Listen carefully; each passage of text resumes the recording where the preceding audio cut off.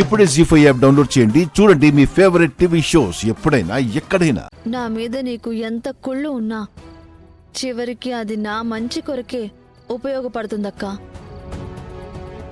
కర్మార్థం అలాంటిది. మనం ఏం చేస్తే అదే మనకు తిరిగొస్తుంది. సరే శరణ్య, సరే, నువ్వు గెలుపు గుర్రానివి, ఎంతైనా సకిలిస్తావు. ఇది నా టైం కాదు కదా, నేను సైలెంట్గానే ఉంటాను. కానీ అక్క, నా చిన్నప్పటి నుంచి ఎప్పుడూ నేను ఓడిపోవాలని కోరుకోలేదు. అలాగే నిన్ను ఓడించే పరిస్థితి రావాలని కూడా నేను కోరుకోలేదు. కానీ ఇది కూడా నేనేమి నీ ఓటమి అనుకోవట్లేదక్కా. జీవితాన్ని ఎందుకు నువ్వు సరిగ్గా అర్థం చేసుకోలేకపోతున్నావు, పంతంతో ఎందుకు మన మధ్య దూరాన్ని పెంచుతున్నావు అని నాకు బాధగానే ఉందక్కా. నీ హనీమూన్ క్యాన్సిల్ అయ్యి నేను నా భర్తతో హ్యాపీగా వెళ్తున్నానని కూడా నేను అనుకోవట్లేదు. ఎందుకంటే పంతం, కోపం నీకు నా మీద ఉంది అంతే. నీ మీద నాకు అలాంటిదేమీ లేదక్కా. అంతేనా? ఇంకేమైనా చెప్పాల్సింది ఉందా? ఉందక్కా.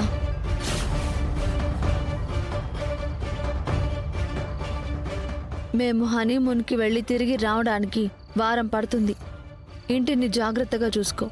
అలాగే పెద్ద మావయ్య గారికి భోజనం ముందు టాబ్లెట్ ఇవ్వాలి, కాస్త గుర్తు చేస్తూ ఉండు. చిన్నత్తయ్య గారికి మధ్యాహ్నం 12ంటికి జ్యూస్ ఇవ్వాలి, మర్చిపోవద్దు. ఏయ్, పని మనుషులకు చెప్పే పనులు నాకు చెప్తున్నావు? ఇంట్లో కొన్ని పనులు మాత్రమే పని మనుషులు చేస్తారక్క. కానీ మన మనుషుల మీద మనకు ఉండే బాధ్యతల్ని మనమే కదా చూసుకోవాలి.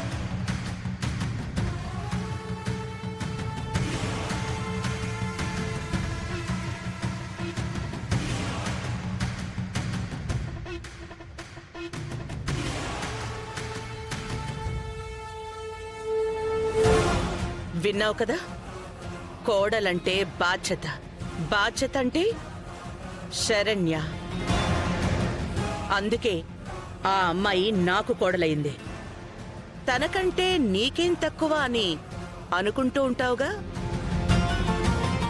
తనలో ఉన్న ఏ గొప్ప గుణం, మంచితనం నీలో లేవు. కర్ణుడికి కవచకుండలాలు పుట్టుకతోనే వచ్చినట్టు స్వార్థం, కుళ్ళు, కుట్ర, కుతంత్రాలు ఇవి నీకూడా పుట్టుకతోనే వచ్చేసినట్టున్నాయి. అవి పుడకలతో తప్ప పూర్తిగా ఎప్పటికీ పోవు. దానికిలా అదృష్టం కలిసొచ్చింది కాబట్టి నేను మీకిప్పుడు లోకువైపోతున్నాను కదూ. నువ్వెప్పుడూ నాకు లోకువే అనన్య. అది నీ క్యారెక్టర్ చేస్తున్న డిమాండ్. ఇంకా శరణ్య అదృష్టం అంటావా? అది కూడా శరణ్య క్యారెక్టర్ చేస్తున్న డిమాండే. ఆ అదృష్టాన్ని నువ్వు ఎప్పటికీ అందుకోలేవు. అలాగే తన అదృష్టాన్ని కూడా మార్చలేవు.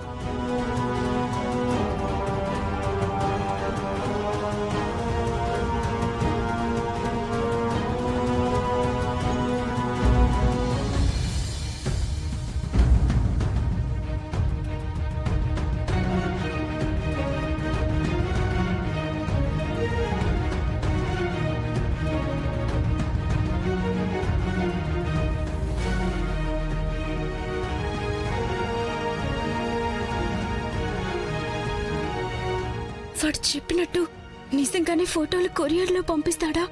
ఆల్రెడీ టైం 10 కావస్తుంది. ఓ మై గాడ్, ఏంటి పరిస్థితి?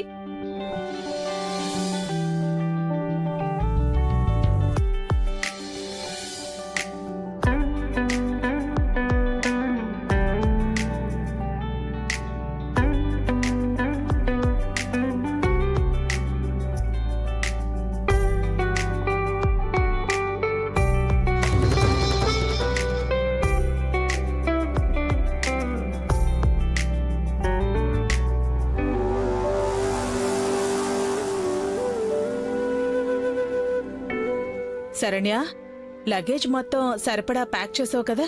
చేశానత్తయ్య గారు. నానా దర్శన్, హ్యాపీగా వెళ్ళండి. వెళ్ళిన చోట ఏ లోటు కలగకుండా ప్రశాంతంగా ఎంజాయ్ చేయండి. ఓకే పెద్దనాన్న, మమ్మల్ని ఆశీర్వదించండి పెద్దనాన్న.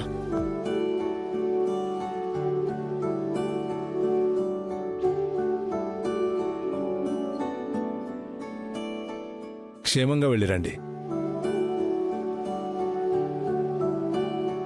దర్శన్, ఏమైనా కావాలి అనిపిస్తే నాకు కాల్ చేయి.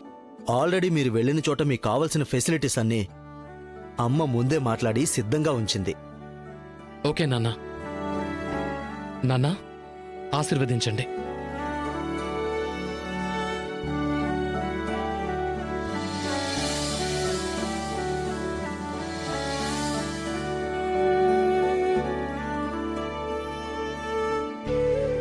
అమ్మా, మరి మేము బయలుదేరుతాం. అలాగే నాన్న, క్షేమంగా వెళ్ళి లాభంగా రండి. ఈ హనీమూన్ మీ జీవితాల్లో మధురమైన క్షణాలుగా మిగిలిపోవాలి నాన్న.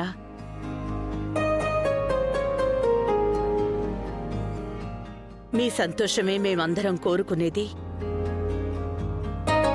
అమ్మ శరణ్య, నువ్వెవ్వరి గురించి టెన్షన్ పడకు. అంతా బాగా జరుగుతుంది అని నమ్ము.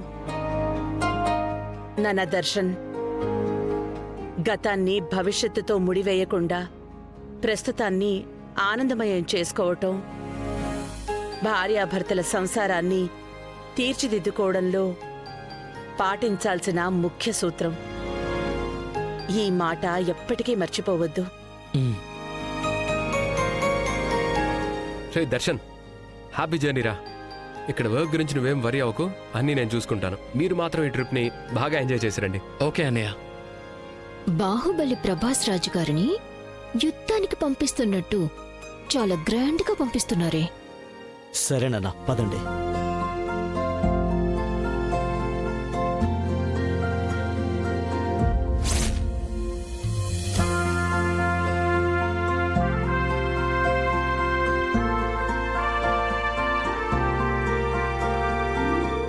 బాయ్. బాయ్.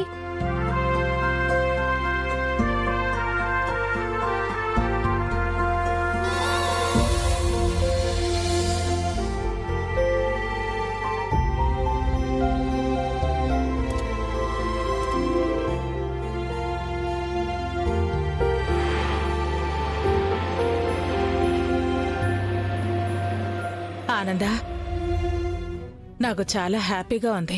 దర్శన్ కాపురం ఏమైపోతుందోనని చాలా ఆందోళన పడ్డాము. కానీ దర్శన్ శరణ్య ఒకరినొకరు మళ్ళీ అర్థం చేసుకుని ఒకటయ్యారు. మనస్పర్ధలు రాని బంధం ఈ సృష్టిలోనే లేదక్కా.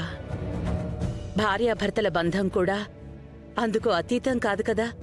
ఏదైతేనే దర్శన్ శరణ్యని ప్రేమతో యాక్సెప్ట్ చేశాడు. నాకు చాలా సంతోషంగా ఉందక్కా. జీ5 యాప్ డౌన్లోడ్ చేసి అన్ని ఎపిసోడ్స్ పూర్తి ఉచితంగా చూడండి.